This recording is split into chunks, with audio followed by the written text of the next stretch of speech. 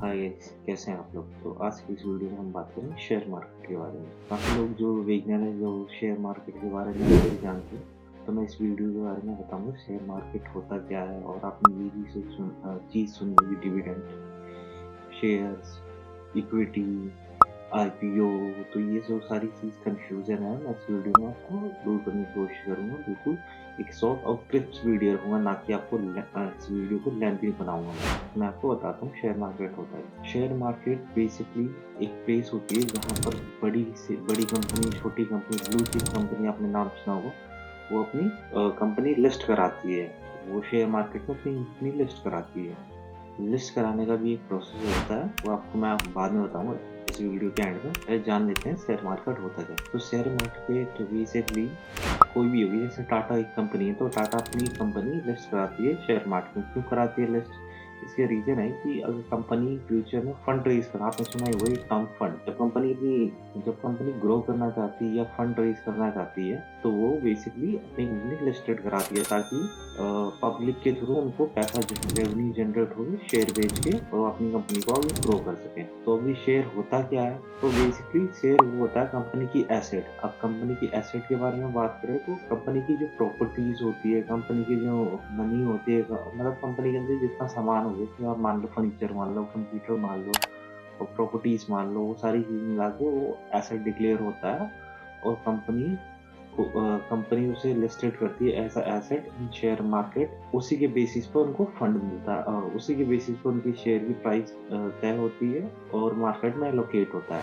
और हम जैसे जनरल पब्लिक से परचेस कर सकते हैं। तो आपको मैं बताता हूँ शेयर और इक्विटी का डिफरेंस मैं बताता हूँ। काफी लोगों ने सुना होगा शेयर और इक्विटी क्या होता है और डिविडेंड क्या होता है, लोग कंफ्यूज भी रहते हैं। तो इसमें कंफ्यूज होने वाली कोई बात नहीं है। इक्विटी आप मान के चलो ब्रॉडर टर्म है। आप इक्विटी को समझाने का बहुत ही सिंपल तरीका है गाइस।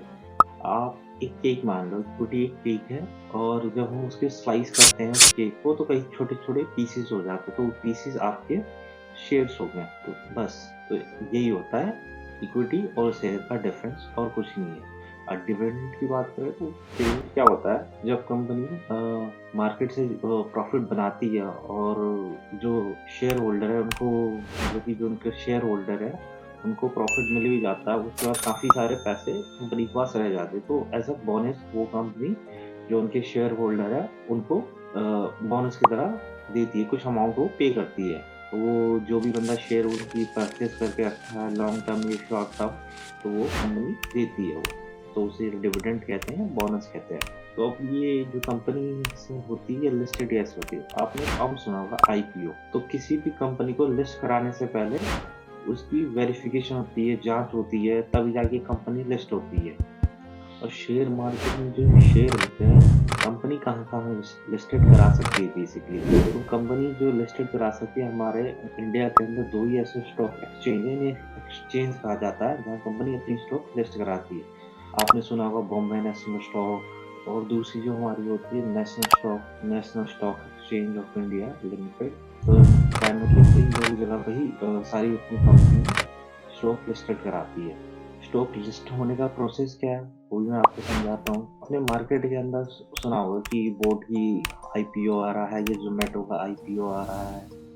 तो आईपीओ आ रहा है, तो आईपीओ का मतलब होता है बेसिकली, अगर आपने सुना ही होगा, काफ़ी इनिशियल पब्लिक ऑफरिंग कहा जाता है, जहाँ कंपनी बेसिकली एक प्रोसेस होता है जहाँ पर अपनी कंपनी शेयर लिस्टिंग कराने जा रही होती है। अब ये जा रही होती है, तो इसके लिए आप समझो काफ़ी कंपनी को लिस्टिंग कराने से पहले अपना जो बैलेंस शीट वगैरह होता है उनको चेक करवाना पड़ता है, उनको मेंटेन करना पड़ता है।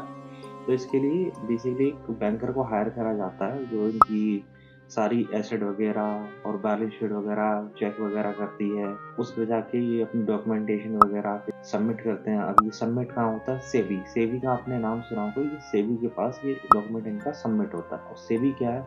सेबी बेसिकली आप मान के चलिए लॉ ऑफिसर है, शेयर मार्केट को मॉनिटर करती है। कोई इल्लीगल ट्रेडिंग तो नहीं चल रही, कोई इनसाइडर इन्फॉर्मेशन तो नहीं चल रहा है, तो ये सारी चीज़ें देखती है सेबी। तो आप समझ लो सेबी एक सिक्योरिटी गार्ड है नेशनल स्टॉक एक्सचेंज या बीएसई, दोनों की एक सिक्योरिटी गार्ड होती है। तो आईपीओ की प्राइस कैसे फिक्स होता है? आईपीओ की प्राइस ऐसे फिक्स होती है, मान के चलो कोई ज़ोमैटो कंपनी है, वो लिस्टिंग कराना चाहती है। तो वो इन्वेस्टर को इनवाइट करती है। जब इन्वेस्टर आते हैं, बोली लगाते हैं, फिर डिमांड और सप्लाई चेक करा जाता है कि क्या है डिमांड, क्या सप्लाई है शेयर की, उसके अकॉर्डिंग इसकी प्राइस फिक्स होती है। अब अगर मान के चलो आपको आप फ्यूचर में शेयर खरीदने हैं या बेचने हैं, तो इसके लिए ब्रोकर लगता है। और ब्रोकर हमें क्यों चाहिए होता है? सुना ही होगा ब्रोकर। ब्रोकर आपने कई बार सुना होगा, एंजल वन हो गया, स्टेटसन हो गया, और काफ़ी सारे मार्केट के अंदर ब्रोकर है। तो ब्रोकर क्यों चाहिए होता है? देखिए, ब्रोकर का काम होता है बेसिकली हमारे लिए बायर और सेलर ढूँढना। इतना टाइम तो वेस्ट नहीं कर सकते। अगर हम के मार्केट में जाके बायर और सेलर ढूँढेंगे तो हमारे को कितना टाइम लग जाएगा ढूँढने में। समझ रहे हो इस चीज़ को? आप कंपनी के पास जाओगे, नेशनल स्टॉक एक्सचेंज के पास, या बीएसई के पास, बोलोगे मेरे को ये शेयर खरीदनी है।